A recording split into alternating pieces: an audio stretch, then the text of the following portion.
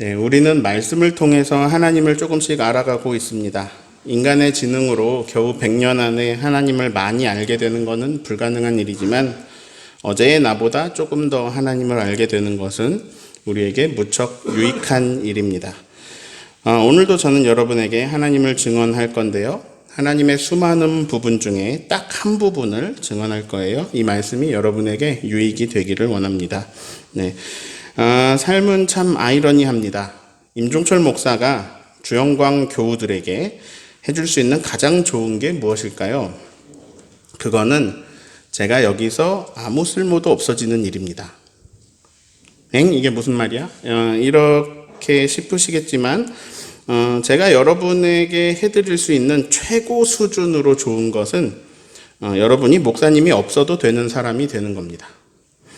목사님이 없어도 예배하는데 아무런 지장을 받지 않고 성경을 읽고 해석하는데 아무런 어려움이 없고 기도하며 찬양하며 살아가는 삶이 목사님 없이 저절로 자유하게 될 만큼 여러분이 영적으로 성숙해지는 것이 그게 이제 제가 목회를 제일 잘했을 때 일어날 수 있는 최고로 좋은 일입니다. 교회든 아니면 어떤 공동체든 그 공동체를 가장 좋게 해주는 사람은요, 그 어떤 독보적인 능력으로 대체 불가한, 그 사람 없이는 안 되는 그런 대체 불가한 영향력을 혼자 주고 있는 사람이 아닙니다. 일시적으로 그런 건 무척 훌륭하지만 지속적으로 그러한 것은 안 좋습니다. 그러다가 그 사람이 빠지면 그 공동체는 흔들리거나 어려움에 처하게 되죠. 오히려 자기가 없어도 모든 것이 원활하게 돌아가게끔 만들어주는 사람이 진짜 그 집단을 위하는 사람입니다. 부모가 자녀에게 해줄 수 있는 최상의 것은 부모가 이 세상에 없어도 자녀들이 아무 문제 없이 살아갈 수 있게 해주는 겁니다. 그렇게 성장하기까지 이유식도 주고 걸음마도 시켜주고 청소년기의 뾰족함도 받아주는 것이 부모의 역할입니다. 정치인이 가장 정치를 잘하는 건요, 아무도 정치에 신경 쓰지 않게 하는 것입니다.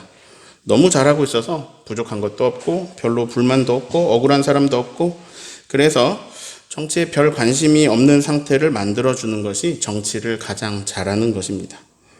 모든 사람이 정치에 초미의 관심을 가지고 집중하면서 불만이 하늘을 찌르고 민심이 분노로 가득하고 다 같이 정권 교체해야 한다고 외치고 있는 것이 정치를 제일 못하는 겁니다. 이런 관점에서 볼 때 하나님이 우리에게 제일 잘해주시는 게 뭘까요? 하나님 찾지 않고 살 수 있게 해주시는 겁니다. 예를 들어서 내가 오늘 하나님을 한 번도 안 찾았다.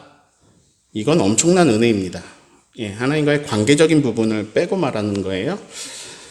사람은 무언가를 잃어버려야 그 소중함을 알게 됩니다. 예를 들어서 걸어 다니는 것, 이게 아무것도 아닌 것 같은데요. 걷지 못하게 되면 이게 얼마나 소중한 것인지 알게 됩니다. 잘 걸으면서요, 걷는 것으로 인해서 하나님께 감사하는 사람은 별로 없습니다. 그러나 사고가 나서 평생 걷지 못합니다, 이런 소리를 의사에게 듣는다면 모두 다 하나님을 찾게 됩니다. 하나님 제발 걸을 수 있게 해주세요. 그런 절박함 속에서 또 다시 걷게 되면 그 은총에 감격해서 누구나 눈물을 흘리게 됩니다. 그러나 사고도 안 났고 건강하게 걷고 있는 거, 이거는 또 당연하게 여깁니다. 사람이 참 재밌습니다. 악몽을 꾸면요, 깨어났을 때 그게 꿈이었다, 이게 얼마나 다행인지 알게 됩니다. 요즘 매주 부르고 있는 은혜라는 찬양이 그래서 그런 위대한 깨달음의 고백입니다. 당연한 것 아니라 은혜였어. 하나님 나라는요, 오늘 지금 드리고 있는 설명의 관점에서 보면 모든 것이 다 하나님 뜻대로 이루어져서 사실 하나님께 절실하게 부르짖으며 매달릴 일이 없는, 우리 입장에서 좀 이상하게 말하면 하나님이 필요 없는 나라일 수도 있습니다. 재밌죠? 하나님 나라는 하나님이 필요 없는 나라. 물론 지금 제가 말한 거는 하나님 나라의 가장 핵심, 그건 뭐냐면 하나님 사랑을 받고 그 하나님 사랑을 누리면서 우리도 하나님을 사랑하고 이런 아주 소중한 부분을 빼고 말한 겁니다. 어떤 도움받는 부분에서만 말한 거예요. 자, 제가 이걸 이렇게 막 장황하게 설명하고 있는 것은 무언가를 알리기 위해서입니다. 전문 용어로 밑밥을 깐다고 하는데요. 제가 밑밥 깔고 있어요. 뭘 증언하기 위해서 이렇게 밑밥을 깔고 있는가? 그 주제가 바로 오늘 설교 제목입니다. 하나님이 들으시고, 모세의 6번째 시간입니다. 자, 출애굽기 이 앞의 이야기는 야곱의 자손들 70명이 애굽에 내려가서 막 시간이 많이 흘렀다. 새 애굽 왕이 히브리 민족이 막 번성하는 걸 두려워해서 아이가 태어났을 때 아들이면 죽여라 라고 한 이야기, 또 그 가운데 산파들이 한 이야기, 그리고 요게벳이 모세를 갈대 상자에 넣어서 나일강 갈대 사이에 두어서 애굽 공주가 발견하고 그 공주를 통해서 모세가 애굽의 왕족으로 살게 된 이야기, 그리고 모세가 애굽 감독을 때려서 죽이고 미디안으로 달아난 이야기, 그 모세가 미디안에서 이드로의 가정을 만나서 시보라와 결혼하고 게르솜을 낳고 그리고 양을 치면서 살아가는 이야기, 이런 이야기가 앞에 있습니다. 그런데 하나님 이야기는요? 하나님이 산파들을 흥왕하게 하셨다, 이 정도 말고는 안 나와요. 그리고 2장 마지막에 와서 갑자기 하나님이 등장하십니다. 저는 이 출애굽기 2장 마지막 부분을 너무나 중요시 여깁니다. 그래서 이 짧은 3절에 모세 시리즈의 설교의 한 주의 분량을 할애하면서, 그리고 지금도 막 장황하게 밑밥을 깔면서 설명드리고 있습니다. 제가 너무나 중요시 여겨서 이렇게 장황하게 설명하고 있는 내용이 무엇인지 출애굽기 2장 23절을 읽습니다.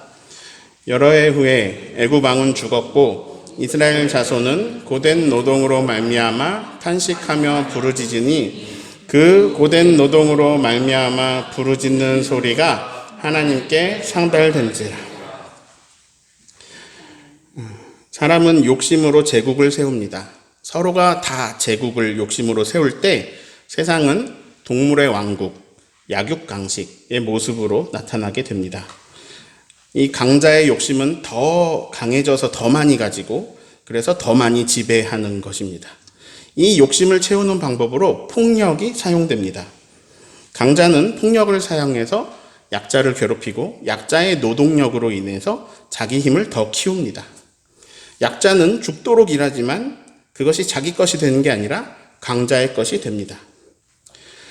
오늘 말씀에서 반복되어 나오는 표현이 있습니다. 고된 노동으로 말미암아 탄식하며 부르짖었다. 제가 2주 전에 아내한테 이렇게 물어봤어요. 이거 설교 제목 어때요? 고된 노동으로 말미암아 탄식하며 부르짖는 소리 라고 했더니 제 아내가 웃었어요.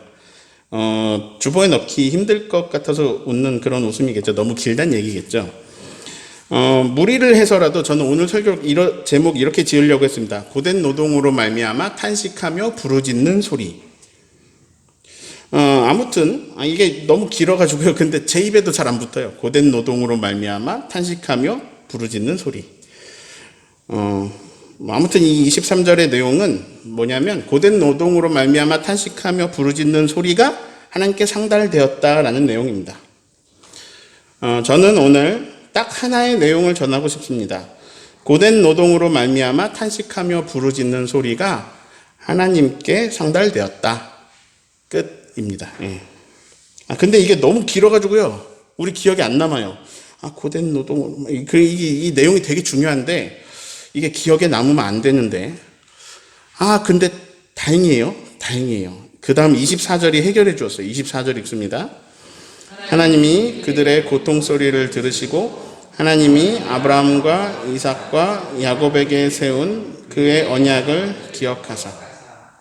자, 오늘 설교 제목을 여기서 따왔습니다. 하나님이 들으시고. 하나님이 무엇을 들으시냐? 고된 노동으로 말미암아 탄식하며 부르짖는 소리를 들으시는데요.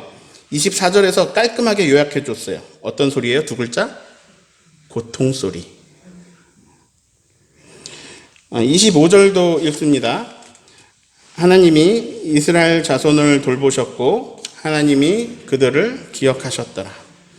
자, 그래서 이 24절, 25절에요. 2번 나오는 표현이 있습니다. 기억하셨다. 하나님이 아브라함하고 하신 약속, 이삭하고 야곱하고 하신 약속을 기억하셨다. 내용은 땅 줄게, 후손 줄게예요.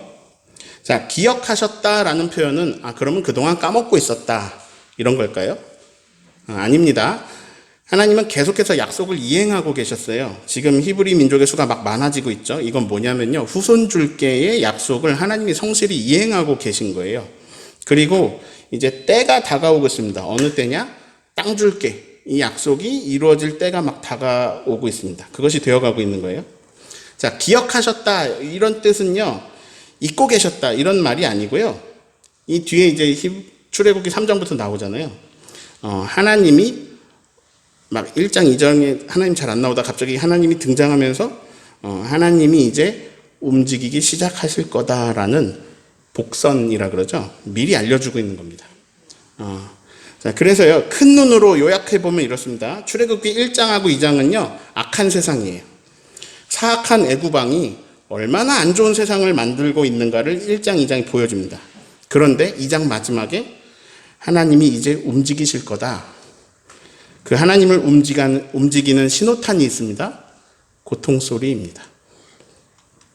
자, 표로 만들어 볼까요? 악한 세상, 그리고 그 악한 세상에서 고통소리가 나고요. 하나님이 들으시고 개입하십니다.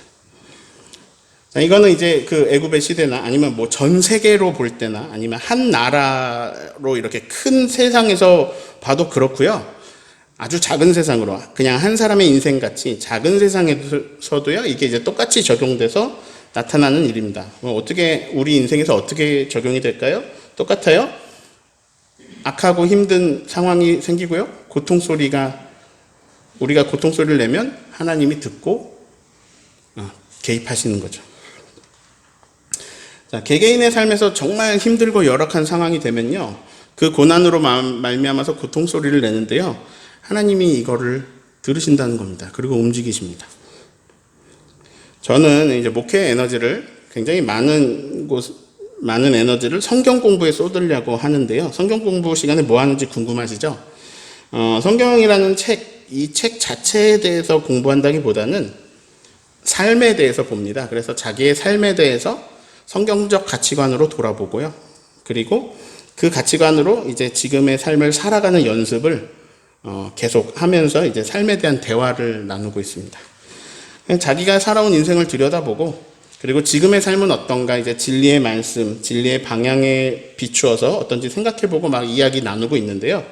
근데 교재가 있어요. 1, 2, 3권이 있는데 그 1권 맨 처음에 나오는 이야기를 오늘 할 거예요. 김영국 목사님이라는 분이 쓴 풍성한 삶으로의 초대라는 책인데요. 이분의 놀라운 통찰력이 나와요. 이분이 보니까 이제 교회에 나와서 신앙생활 하는 분들을 이제 살펴보니까요, 크게 3가지의 문으로 이 신앙의 영역으로 들어오더래요. 이 목사님이 막 수많은 시간을 통해서 빅데이터를 쌓으신 거죠. 그 3가지 문은 다음과 같습니다. 제가 번호를 매겨보았는데요. 첫 번째는 신앙생활이 그냥 삶의 한 부분으로 처음부터 주어진 사람들입니다. 부모님이 교회를 다녀가지고 어렸을 때부터 그냥 교회 다니고, 그리고 하나님 믿고 하는 게 이제 일상이 된 사람들이죠. 흔히 말하는 모태신앙입니다. 자, 이런 문으로, 생활 양식으로 신앙의 세계로 들어오신 분들이 계시고요. 두 번째는 경험입니다. 살아가면서 어떤 위기를 겪거나 어떤 막 절박한 상황 속에서 신비한 경험을 하고 하나님을 알게 되고 믿게 되는 경우입니다. 성경에 대해서 막 잘 아는 것도 아니고 기독교 신앙도 뭔지도 모르는데, 근데 어떤 경험이나 체험을 통해서 신앙생활을 해나가게 되는 분들이죠. 꽤 많은 분들이 이 2번 문으로 들어오십니다. 다른 하나는 진리를 탐구하다가 들어오는 거예요. 사람들은 진리를 찾아요. 허무하거든요. 헛되고 헛되다. 나한테 지금 생명이 주어져서 살아가고는 있는데 내가 어디서 왔는지 또 어디로 가는지, 내가 살아가는 의미는 무엇이고 과연 진리라는 게 있는지, 신이라는 존재가 계신지, 이 진실을 알고 싶고 이 진리를 추구하다가 하나님을 알아가는 축복을 누리게 되는 사람들이죠. 3번 문으로 들어오는 사람들이 있습니다. 이렇게 3가지 문으로 이 길에 들어서는 경우가 많은데, 당신은 어떤 문으로 들어오셨나요? 이게 성경 공부 첫 모임의 첫 대화 주제입니다. 각자 마음속으로 대답해 보세요. 1번, 2번, 3번 중에 당신은 어떤 문으로 들어오셨습니까? 뭐 섞여 있는 분들도 계십니다. 제 얘기를 하면요, 임종철은 1번입니다. 모태신앙입니다. 저는 그냥 교회는 저한테 제 생활 양식이고 저에게 문화였습니다.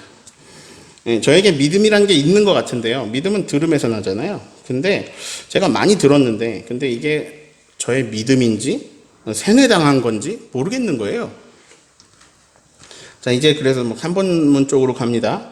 평소에 진리를 탐구하고자 하는 욕구가 컸고, 그러다가 이제 신학교회로 들어가서 실제로 막 철학적인 사색을 하면서 진실을 추구하다가, 진리를 추구하다가, 아, 십자가의 사랑이 진리구나, 이걸 깨닫게 됩니다. 이제 2번 쪽으로 갑니다. 그리고 이제 어머니가 위암 말기라는 소식을 듣는 그런 이제 위기가 찾아왔는데, 그 위기 가운데서 영원한 나라에 대한 신비한 체험을 제가 하면서 또 어머님의 죽음 앞에서 영원한 생명이 시작되는 것을 경험하고 생명을 주신 하나님, 이분을 믿고 전하게 되었습니다. 자, 방금 엄청나게 짧게 저의 간증을 들으셨는데요. 주목해 볼 부분이 있습니다. 모태신앙이어가지고요, 생활의 한 부분으로 늘 이 진리 앞에 서 있었어요. 근데 그게 진리인지 잘 모르겠는 거예요. 근데 위기가 다가오고 고난이 오고 인간의 가장 큰 한계인 죽음의 앞에 놓인 상황에서 거기서 제가 영생을 체험합니다. 영원한 생명 주시는 하나님, 이게 그냥 성경 어디에 써 있는 글씨가 아니고 다른 사람들의 어떤 얘기가 아니고 내 이야기가 된 거죠. 그리고 이제 계속해서 탐구를 통해서 그것이 진리라는 것을 더욱 확고하게 알게 되어가고 있어요. 잘 보세요. 믿음은 들음에서 나죠. 어려서부터 교회 다녀서 많이 들었어요. 믿음이 있기도 하고 없기도 해요. 고난이 없을 땐 하나님을 아는데 몰라요. 알지만 몰랐어요. 그런데 저의 부르짖음을 들으시고 하나님이 제 삶 속에 움직이고 계심을 고난 속에서 체험해요. 영원한 생명을 주시는 현존하시는 하나님을 경험하게 됐어요. 알게 되었어요. 하나님을 알지만 모르는데, 그랬는데 고통이 오니까 그 속에서 하나님을 더 많이 알게 됐어요. 확실히 알게 됐어요. 고통 가운데 절실함이 있었고요. 절실히 찾았고요. 그분의 역사를 보았습니다. 너희가 온 마음으로 나를 구하면 나를 찾을 것이요 나를 만나리라. 네. 고통은요, 집중하게 하더라고요. 무엇에 집중하게 하느냐? 부르짖게 합니다. 고된 노동으로 말미암아 탄식하며 부르짖는 소리가 나와요. 고통스러워가지고요. 온 마음으로 고통스러워서 고통하는 소리가 나와요. 자, 하나님이 들으시고, 네, 하나님이 고통 소리를 들으시고, 그리고 하나님이 돌보셨고, 하나님이 기억하셨다. 이게 지금 우리가 뒤에 읽은 말씀입니다. 자, 다른 표현으로요, 하나님이 그 고통 소리를 들으시고, 하나님이 그 고통 가운데로 오십니다. 개입하십니다. 하나님은 우리에게 자유를 주셨어요. 우리는 로봇이 아니고요. 생각도 있고요. 욕구도 있고요. 의지도 있습니다. 하나님은 우리가 막 자유롭게 살도록 놔두세요. 우리한테 선택권을 주시고요. 또 그것을 굉장히 존중해 주십니다. 그런데 하나님이 개입하실 때가 있으십니다. 언제냐? 고통 소리를 들으실 때입니다. 이걸 제가 왜 자신 있게 말하냐면요. 이 세 가지 문 중에서 2번 문, 고난 상황 속에서 어떤 경험을 통해서, 체험을 통해서 이 진리의 길로 들어서신 분들이 꽤 많다는 거예요. 저는 뭐 빅데이터까지는 아니고 스몰 데이터일 텐데, 그래도 이제 22년 정도 제가 목회의 길에서 꽤 여러 사람을 만났죠. 제 핸드폰에 저장된 사람만 한 1600명은 되고요. 제 직업상 그 중에 대다수가 기독교인인데요. 그 중에 심도 깊은 대화를 나눠본 사람도 꽤 되고요. 그 가운데서 2번 문으로 들어오신 분은 꽤나 많은 것 같습니다. 모태신앙이 아닌데 교회를 다니는 분들 중에 많은 분들이 2번 문으로 들어오셨어요. 그리고 뭐 이제 교회를 안 다니고 있는, 교회에 실망해갖고 교회는 안 다니면서도 하나님을 믿는 분들, 그런 분들 계신데 그런 사람 중에 2번은 되게 많고요.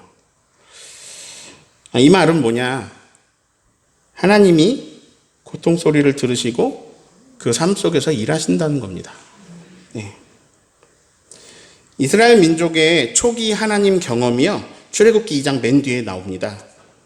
그들이 부르짖는 소리를 들으시는 하나님, 그리고 움직이셔서 그 강한 손을 펼치사 애굽에서 이끌어내시는 이스라엘의 그 하나님 경험이요, 오늘 말씀 안에 기록되어 있습니다.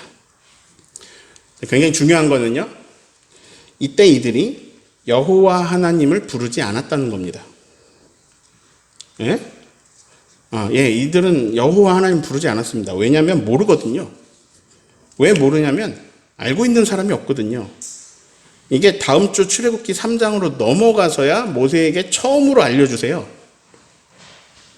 즉 이들이 하나님을 막 알고 하나님을 부르는 소리를 하나님이 들으셨다는 게 아닙니다. 즉 하나님을 바로 알고 하나님께 기도한 소리를 들으셨다는 게 아닙니다. 신앙인들의 이런 습관을 갖고 있어요. 안 좋은 상황을 마주하면 이런 말을 합니다. 내 기도가 부족해서 이렇게 됐어. 그럼 좀 이상해요. 하나님은 기도를 많이 하면 좋은 일을 막 만들어주고 기도를 안 하면 막 안 좋은 일을 일으키는 분인가? 사고가 났어요. 아이고, 내 기도가 부족해서.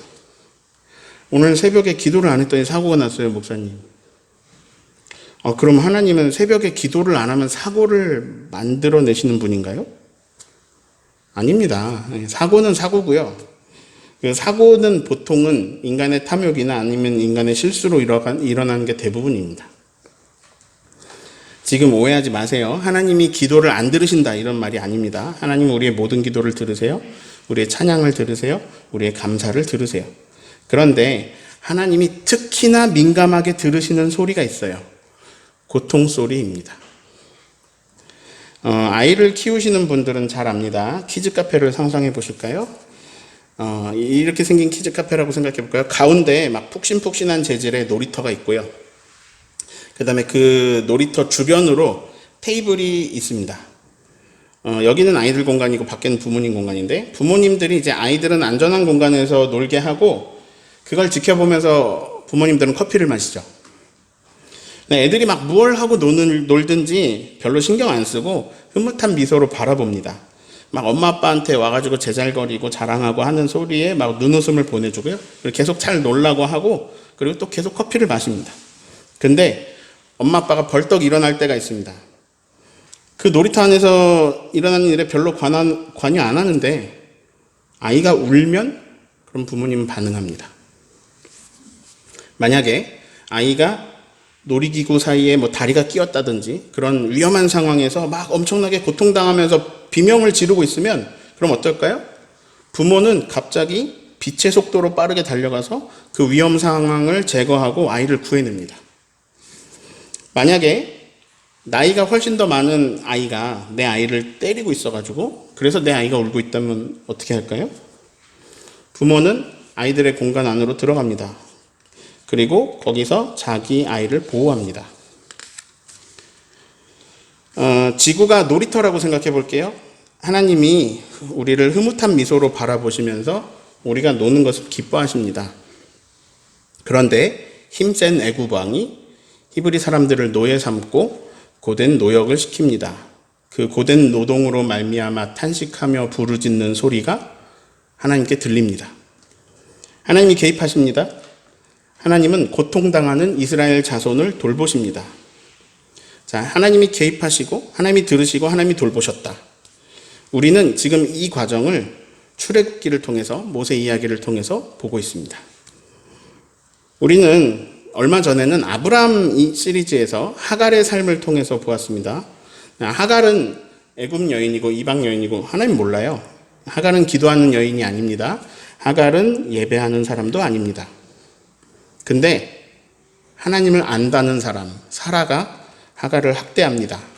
하갈이 도망치는데요, 고난 속에 있는 하갈, 부르짖는 하갈에게 하나님의 사자가 다가오십니다. 그리고 하갈은요, 그 경험을 통해서 자기가 알지도 못하는 하나님에게 자기만의 이런 이름을 붙입니다. 나를 살피시는 하나님.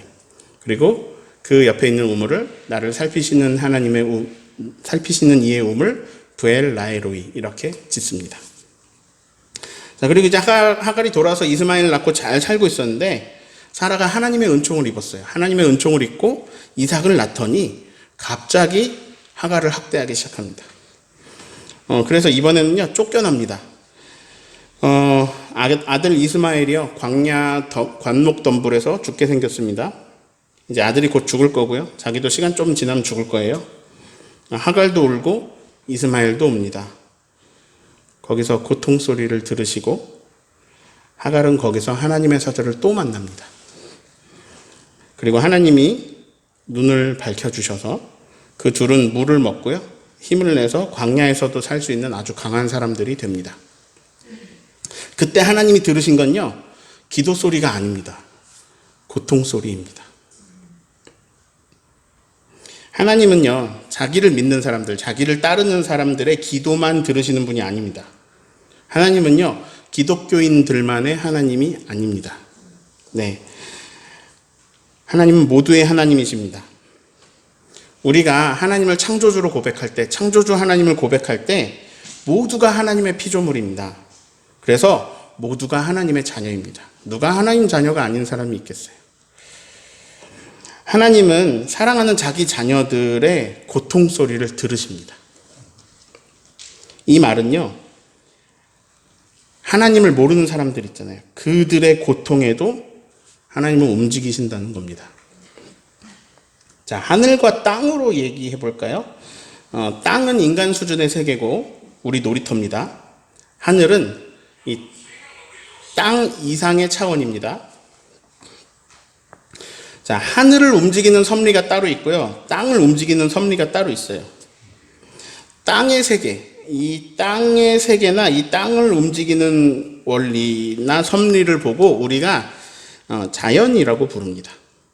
그래서 섭리대로 이렇게 되는 걸요, 자연스럽다 이렇게 말하고요. 자연은 하나님이 정하신 자연 법칙이 있는데 그 자연 법칙 안에서 움직입니다. 그리고 이 자연 법칙은요, 인간이 놀기에 참 좋습니다. 하나님이 인간 놀기 좋게 하셨어요.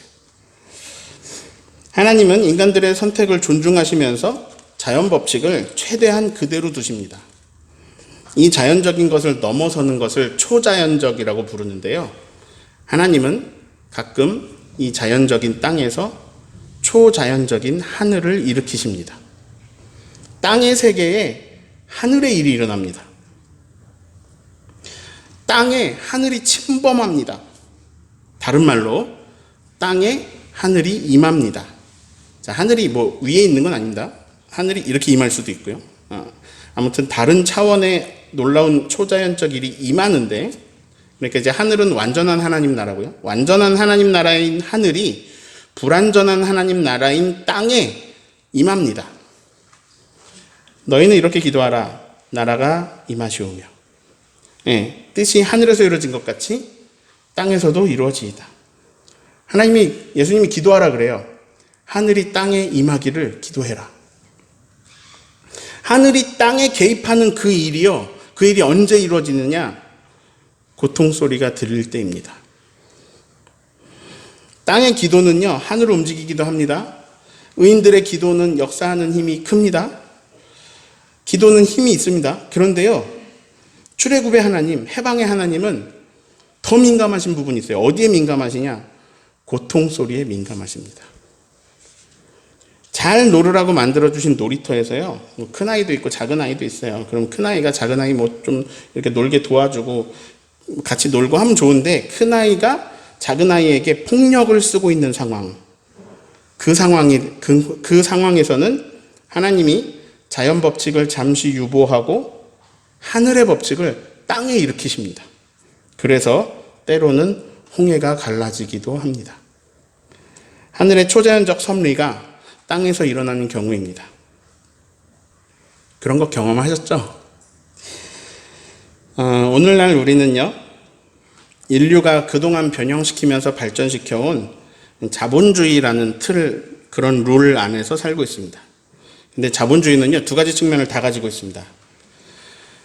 자본가는 노동자를 고용합니다. 노동자는 일을 합니다. 이 노동으로 인해서 이윤이 발생하는데요. 자, 이 이윤은 노동자에게 많이 갈까요? 자본가에게 많이 갈까요?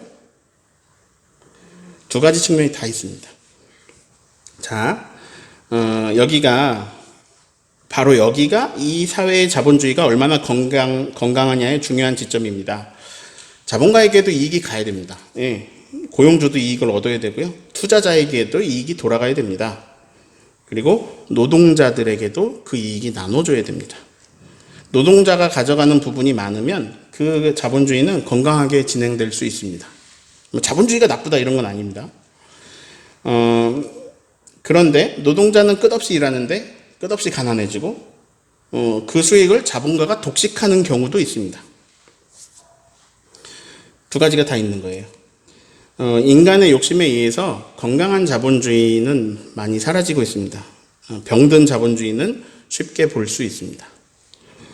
이런 모습은 애굽 왕이 히브리 민족을 괴롭히고 있는 상황하고 비슷합니다. 놀이터에 큰 애도 있고 작은 애도 있는데 큰 애가 작은 애랑 놀아주는 게 아니라 때리고 있습니다. 그 고통 소리를 하나님이 들으십니다. 애굽 왕을 갑이라고 하고요. 히브리 백성을 을이라고 해볼게요. 갑이 을을 괴롭히면 을이 고통 소리를 냅니다. 하나님은 그 고통 소리를 들으십니다. 어느 정도 재밌게 놀 때는 하늘이 땅에 잘 개입하지 않습니다. 하나님은요, 자기가 만드신 자연 법칙 그대로 잘 돌아가도록 보통 놔두세요. 그러나 고통 소리가 들리면 하나님은 고통받는 편을 들어줍니다. 하나님은 모두의 하나님인데요. 그때만큼은요, 하나님은 을의 편이 되어주십니다. 그리고 그 을을 압제해서 해방시키십니다. 이스라엘의 그런 해방 경험은요, 그들에게 굉장히 놀라운 고백을 주었습니다. 출애굽의 하나님. 이게 성경의 출발입니다. 출애굽의 하나님. 해방의 하나님. 문제를 낼게요. 만약에 A하고 B가 있는데 A는 기독교인이고 B는 비기독교인이에요. A라는 기독교인이 갑이 되어가지고 비기독교인인 B라는 사람을 막 고통스럽게 해가지고요. B가 고된 고통으로 말미암아 탄식하며 부르짖는 소리를 낸다면 그때만큼은 하나님이 누구 편이 되어주실까요? A는요, 조심해야 됩니다. 두려워해야 됩니다. 왜냐하면요, 하나님을 나의 적으로 만들 수 있습니다. 하나님이 그의 편이 되어주십니다. 우리는 누구나 어느 영역에서는 갑이 되고요, 어느 영역에서는 을이 됩니다. 직장에서 을인 부모님이 직장에서 갑질을 당해가지고 화가 나가지고 집에 와서 자녀들에게 갑질을 하면 그러면요, 자녀들이 고통 소리를 냅니다. 직장에서는 을이었는데 가정에서는 갑이 되고, 근데 그런 상황에서 갑질을 하면요, 자녀들이 고통 소리를 냅니다. 그러면 큰일입니다. 하나님의 초자연적 역사가 재앙으로 닥치고 나서 후회하지 말고 빨리 회개하고 방향을 바꿔야 됩니다. 빨리 회개해야 돼요. 이 성경 말씀은 그래서요, 애굽 왕에게는 공포스러운 말씀이고요, 히브리 노예에게는 희망이 되는 굉장히 편파적인 말씀입니다. 수많은 사람들이 고통 속에서 하나님을 체험했습니다. 경험했습니다. 그리고요, 하나님을 예배하는 사람이 되었습니다. 이스라엘 백성은요, 애굽 땅에서의 고통을 겪고 그 고통 이후에 하나님을 예배하는 사람이 됩니다. 그러니까요, 고통이 주는 작은 유익은 있습니다. 지금 고통당하는 사람들이 있습니다. 고통당하시는 분들이 있습니다. 고통이 좋은 거 아니에요. 좋은 것은 아닙니다. 그러나 유익한 부분도 있긴 합니다. 왜냐하면요, 그게 땅에서 하늘을 경험하는 기회가 되기도 하거든요. 예. 고통당하는 소리를 하나님이 들으십니다. 그리고 돌보십니다. 이 말씀이 많은 사람에게 위로가 되기를 소망합니다. 또한 많은 사람들에게 이 말씀이 공포감을 주기를 바랍니다. 성경에는 어떤 자본가 이야기가 나옵니다. 포도원 주인인데요, 사람들을 포도원에 데리고 와가지고요, 막 계속 나가서 계속 데리고 와요. 계속 데리고 와서 일을 시킵니다. 그런데 늦게 온 사람도 똑같이 일당을 줍니다. 먼저 온 사람이 화가 났어요. 그 자본가는 늦게 온 사람한테도 일당을 똑같이 줬는데요. 늦게 온 사람한테 일당을 똑같이 주는 게 나의 선한 뜻이다 이렇게 말해요. 내가 선함으로 네가 악하게 보느냐? 늦게 온 사람도 일당을 주는 게 자기의 선한 뜻이라고 말합니다. 이 자본가는 신기합니다. 그러니까 목적이 달라요. 자, 자기가 포도 소출을 많이 해가지고 그 포도 소출을 통해서 자기가 더 부자가 되는 게 목적이 아니고요. 자기 포도원에 많은 사람을 고용해서 돈 주고 싶어서 포도원을 경영합니다. 사람들 먹여 살리려고 돈 주고 싶어서 포도원을 경영하는 자본가를 보고요. 예수님이 하나님 나라는 이와 같다라고 말씀하셨습니다. 저는 이번에 코로나 상황 속에서 어쩌다가 경제 쪽을 이렇게 보게 되었는데요. 그래서 이제 이 자본주의 사회에서 부자가 되는 방법을 알게 됐습니다. 그게 뭐냐면요. 저는 그래서 이런 말을 자꾸 하는데요. 우리는 노동자인 동시에 자본가가 되자 이렇게 말하고 다닙니다. 저는요. 우리가 부자 됐으면 좋겠습니다. 제가 부자나 자본가를 나쁘게 생각하는 게 아닙니다. 근데 노동자를 괴롭히다가 하나님의 초자연적 진노를 맞이할 그런 애국 왕이 아니라 부자가 되어서 더 좋은 일 많이 하고 더 많은 사람 살리는 포도원 주인 같은 부자 되었으면 좋겠습니다. 예, 우리 아이들이, 우리 청소년들이, 우리 청년들이 그리고 여러분이 그것을 꿈꾸기를 바랍니다. 그렇게 풍성해졌으면 좋겠어요. 노동은 아주 숭고하고 아름다운 것입니다. 모든 노동은 다른 사람을 돕는 일입니다. 잘 살펴보시면 노동은 다른 사람을 돕는 일이에요. 노동은 숭고하고 아름답습니다. 다만 고된 노동으로 말미암아 탄식하며 부르짖는 소리가 그런 소리가 사라지기를 바랍니다. 그래서 하나님 나라가 땅에서도 이루어지기를 우리가 기도하잖아요. 하나님 나라가 땅에서도 이루어지는 것은요, 때로는 땅에서도 이루어지는 것이 진노의 심판으로 이루어질 때도 있음을 선포합니다. 예. 하늘이 땅에 개입하는데요, 그것이 진노로 심판으로 나타날 수 있습니다. 우리가 하늘이 땅에 임하면 무조건 좋다고 생각하는데요, 그것이 하나님의 초자연적 분노로 나타날 수도 있습니다. 그런 일이 없는 일상이 우리에게 제일 좋은 거고요. 또 그것 또한 당연한 게 아니라 은혜입니다. 고통 중에 계신 분들 힘내십시오. 하나님이 들으십니다. 하나님 고통 소리 들으십니다. 그리고 내 편이 되어 주십니다. 하나님의 구원을 노래하며 살아가시기를 예수님의 이름으로 축원합니다.